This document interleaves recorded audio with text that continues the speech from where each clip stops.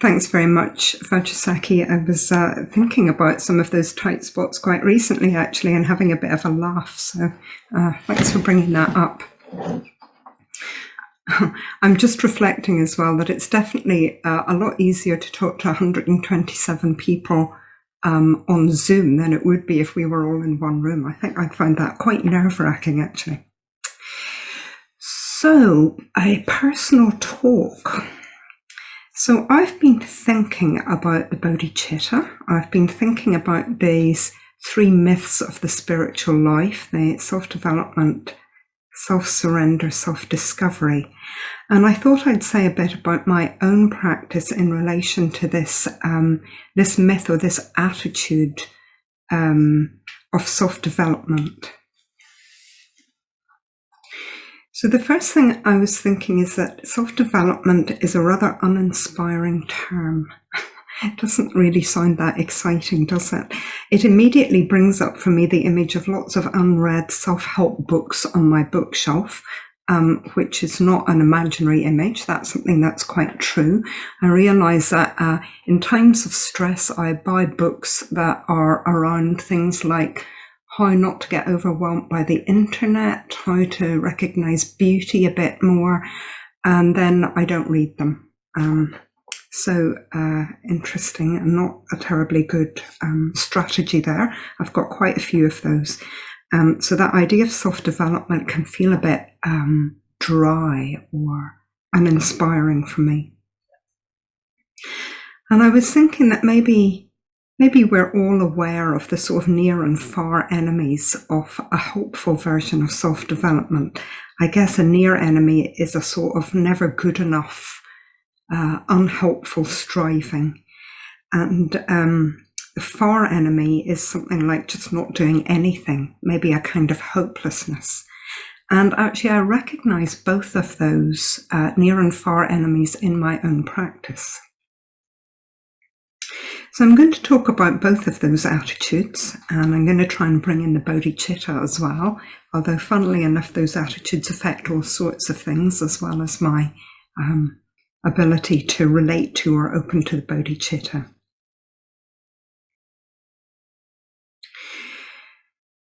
So when I was thinking about them, I recognized 3 views that I've had to work with in my own practice, or 3 ways of seeing the world that I've had to work with in my own practice. So the first one is something that Bodhicitta brought up in her talk yesterday. And that's the view that anything spiritual, she was talking about it in relation to the Bodhicitta, but I'm going to talk about it in relation to anything to do with the spiritual life, is very far away and probably not accessible, at least not to me anyway. And that's a view that it took me quite a considerable amount of time to uncover. And it was a very strong thing for me when I was in the ordination process myself. I'd go on retreat and I'd think, oh, this sort of thing is okay for other people, but it's not really for me. Yep. So I think Bodhicitta in her talk talked about, the idea where we can think of the Bodhicitta as something very, very far away, something a bit distant. So that's the first view. The second view I've uncovered is a view that you can either do things or you can't. Yeah. So if you try and you don't have a natural aptitude, then there's not much point keeping going. Yep. So being a natural at something is desirable. Being someone who has to try a lot is a bit sad and will probably end in disappointment. So that's my second wrong view. And then my third wrong view, which I've added this morning, in fact, is a view that you get all the hard work out of the way and then you can relax. Yep. So that's my little eternalistic view of the spiritual life and everything else. So that can relate to everything from the housework to the Bodhicitta. Yeah, get the hard work out of the way and then you can have a nice rest. So I suspect that the first of these views, that anything spiritual is very far away, probably comes at least partly from my own religious conditioning. So I was brought up in a very rigidly conventional society, which was Northern Ireland in the 60s and 70s and a bit of the 80s. A very rigidly conventional religious society, but within which my family were not religious. So I didn't go to church at all. So in a way, I definitely got the view that religion or spiritual life was A, something gloomy and threatening, or B, something that other people did and I didn't do. Yeah. And I had a certain sense of unease around that. Like I didn't want to do it, but there was always this sort of slightly nagging feeling that somehow I might be for the high jump. So I don't know if that translates into other languages. I might be in trouble because I wasn't religious. Yep. And the second view, that you can either do things or you can't. This one I think is a bit more insidious, and it's taken me a bit longer to uncover that view. I think it's probably a bit more to do with my family conditioning. So I definitely remember, this attitude that it was not a good thing to try and fail, that trying and failing would be far worse than not trying at all. So I think when I did try and fail at things, I could often feel a sense of, definitely a sort of panic and probably a kind of shame as well. And this could be all sorts of things. And I still notice that it can happen actually today. So this would be everything from schoolwork to sport to social interaction. Yeah. If you weren't good at things, it was better just to back off and not do them. It's quite interesting. I was telling Bodhicitta and Dharmadasan that while I was looking for something the other day, I found all my school reports from the age of 5 upwards. And I had a little look at them. And it was quite interesting seeing that view developing. I think like when I was quite small, I was a bit more... my reports were a bit more hard, throw myself into things and have a go. And I could sort of see that as time went on, the comments were a bit more like, could do it but doesn't try, that sort of thing. It was quite interesting seeing the trajectory of that across time. And I really recognise that in myself. Yeah. And then this third view of like, you get all the hard work out of the way and then you can relax. Well, I'm not quite sure where that comes from. Yeah. I've definitely got a bit of a problem solving sort of nature, which has its okay side. I think often if there's a problem, I quite like trying to solve it. At one point in my life, I worked as a software engineer, computer programmer. And if any of you have done that, you'll know that if you write a bit of code, you then have to think of all the possible ways in which it might not work. Yeah. So somebody might put a space at the beginning when they type something in, or they might forget to hit enter, or they might, all sorts of things. And you have to think of all the possible things that can go wrong and what you're going to do. And I think probably I was a good software engineer because that was a bit the way my mind worked anyway. So I'm quite good at thinking of all the possible things that might go wrong, which is not always bad, but I think it can tip into a kind of attitude of assuming that things will go wrong and not entertaining the possibility that they might actually go quite well. So that's the third tendency, yeah. And I brought all these attitudes to my practice of the Dharma. In fact, I think it's through trying to practice the Dharma really that I discovered these attitudes. Yeah, that's kind of a bit the way how it works, isn't it? You're trying to do something and you sort of notice the points where you start to sabotage yourself, or you just feel like you can't go any further. And that's a bit how views work. I think they reveal themselves as time goes on. And it's really taken very good friends and a lot of patience to uncover some of these. I think they all link together in particular ways. So, for example, when I first came along, I was okay with the mindfulness of breathing. I definitely felt I could successfully breathe and count. That was definitely something I could do, not too challenging. But when it came to ideas like the Bodhicitta or enlightenment or stream entry, much less easy to define, much more unrecognizable to my everyday consciousness, I definitely didn't always respond with excitement and longing. I think I often responded with a slightly blank and distant feeling.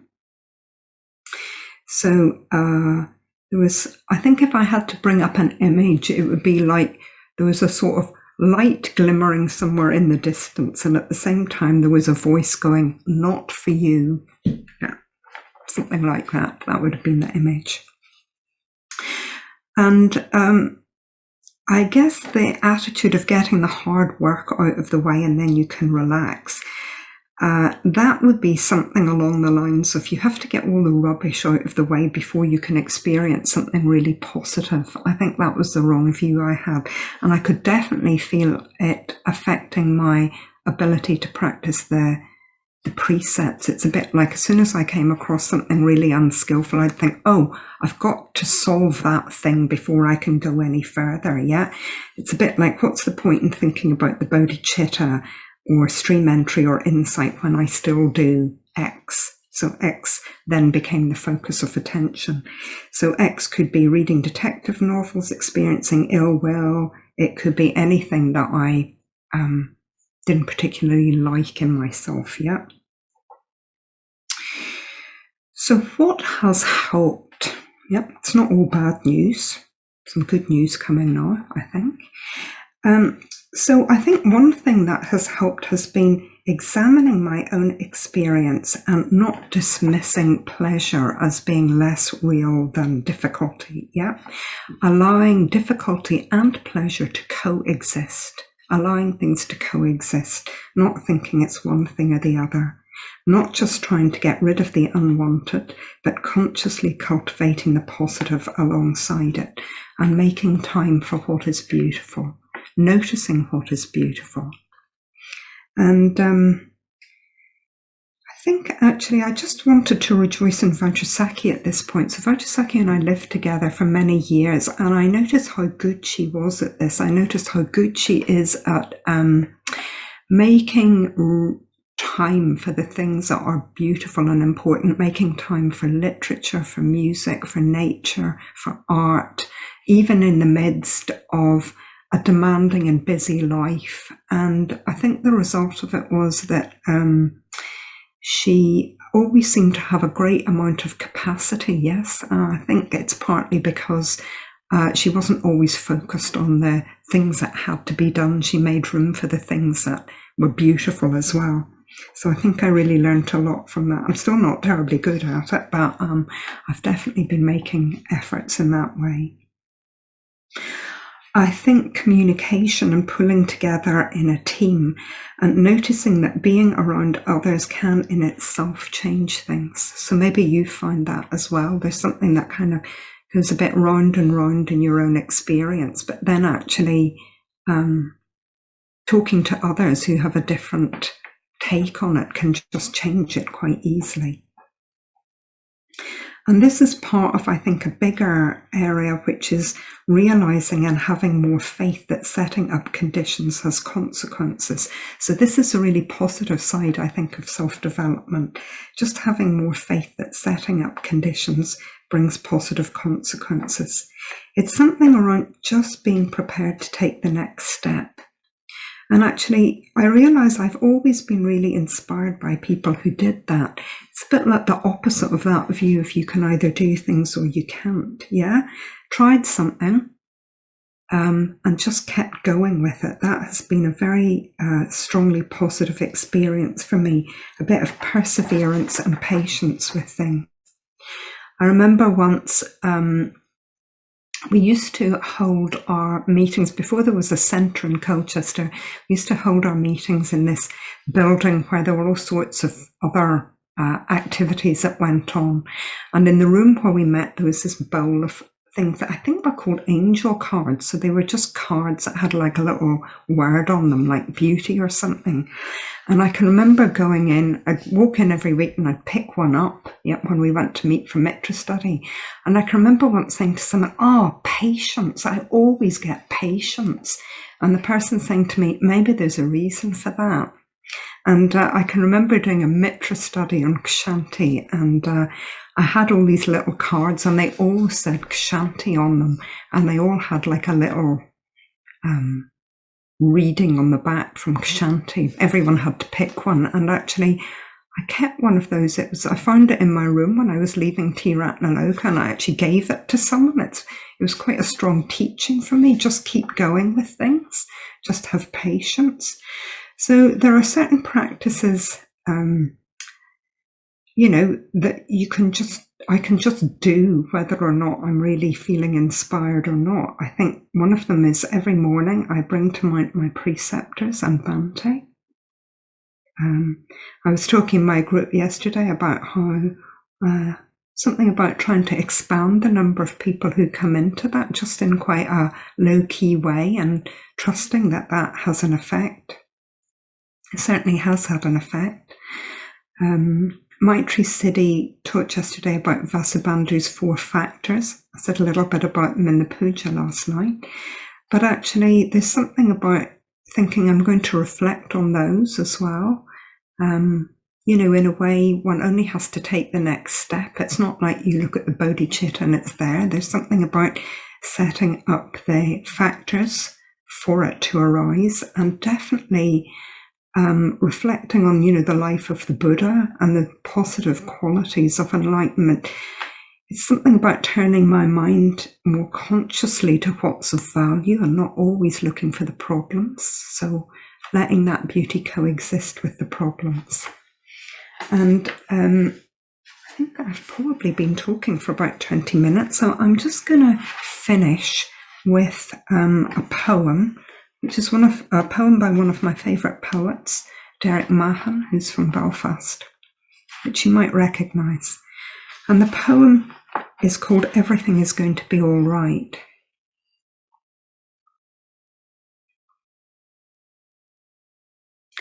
How should I not be glad to contemplate the clouds clearing beyond the dormer window and a high tide reflected on the ceiling? There will be dying, but there is no need to go into that. The lines flow from the hand unbidden, and the hidden source is the watchful heart. The sun rises in spite of everything, and the far cities are beautiful and bright. I lie here in a riot of sunlight, watching the day break and the clouds flying. Everything is going to be all right.